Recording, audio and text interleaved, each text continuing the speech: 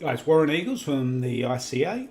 I just want to show you a little feature I've been using quite a lot recently. It's new to 10.1 in Resolve, and it's this here, View. You've now got a new option, Highlight Difference.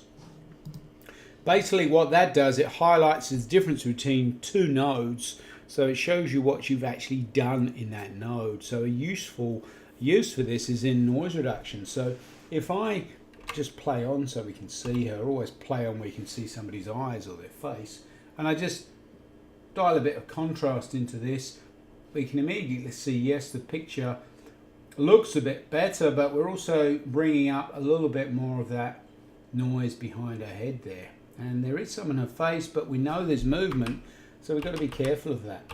So one thing I'll do is make a new node. I'm going to call that my dummy node. Just put a label on there. Nothing's going to happen in there. I want to compare dunny. That means something else in Australia. Let's make a new node here, and this is going to be my noise reduction. Like that. And in there, we're going to go to the noise reduction tab, and I'm going to use my temporal noise reduction. Put that to 2 number of frames, and say I probably go for a level of 50 here, and I'll turn up my motion threshold just to 25 so we can see this effect. Now we know that our head moves, so if I run this back and we view it normally, it's quite difficult to see exactly what I'm affecting. Am I affecting her? Am I making her soft? Are there artifacts? But if I use this view here, up here, view, highlight difference, this new key, Shift Command H, we can see that I have some smooth areas there and some noisier areas. Now the noisier areas, the more high con areas there, are areas that are being noise reduced. Now the smoother areas, which are a skin, which is obviously moving, so it's detecting that movement, it's saying no, there's movement there, I'm not going to put the noise reducer in there. But this is going to help us see exactly what we are doing, and then we can leave that up and we could add more we can take up my noise reduction up or take it down like that, and we can adjust these controls and actually see what they do like that. So if I blend a lot back, we can see that more or less does nothing. I can leave my noise reduction blend right down there and adjust my threshold while I've got that up, and then review. Like anything with noise reduction, I always recommend to students in my classes that if you're not sure about how it's working, is it helping you or not, just render that one section, because this is very GPU heavy. Sometimes you don't get real time. You really need to judge it with a real time shot. So just render it and bring it back into Resolve and check it. If you're happy with the results, just carry on working. If you're not, change your settings and re-render and check again real time. Another good use for it is, say here, I'm just going to do a little primary balance on this. There's not too much to do in this in a primary. Make a new serial node.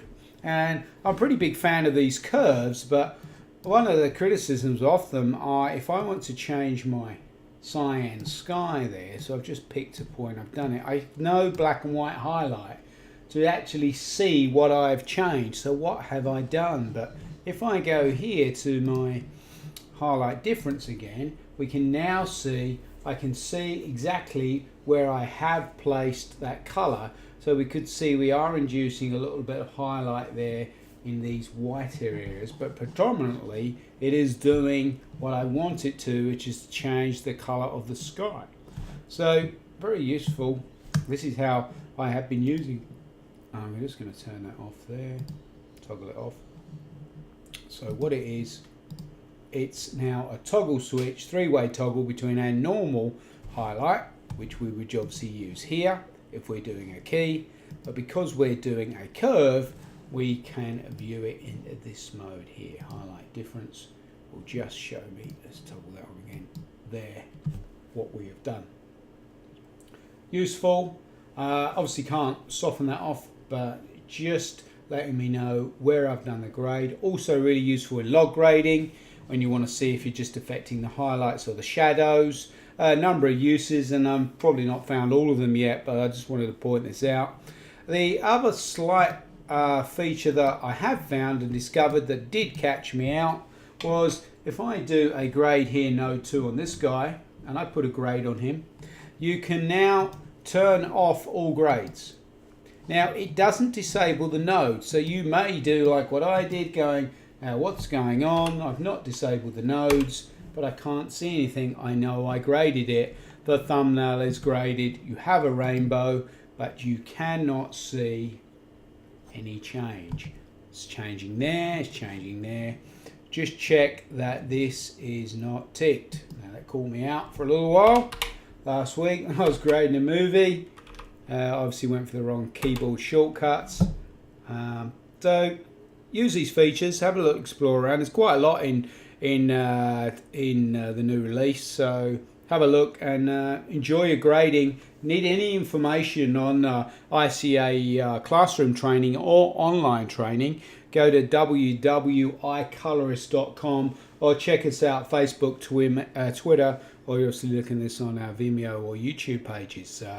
Enjoy your grading, have fun. Bye bye.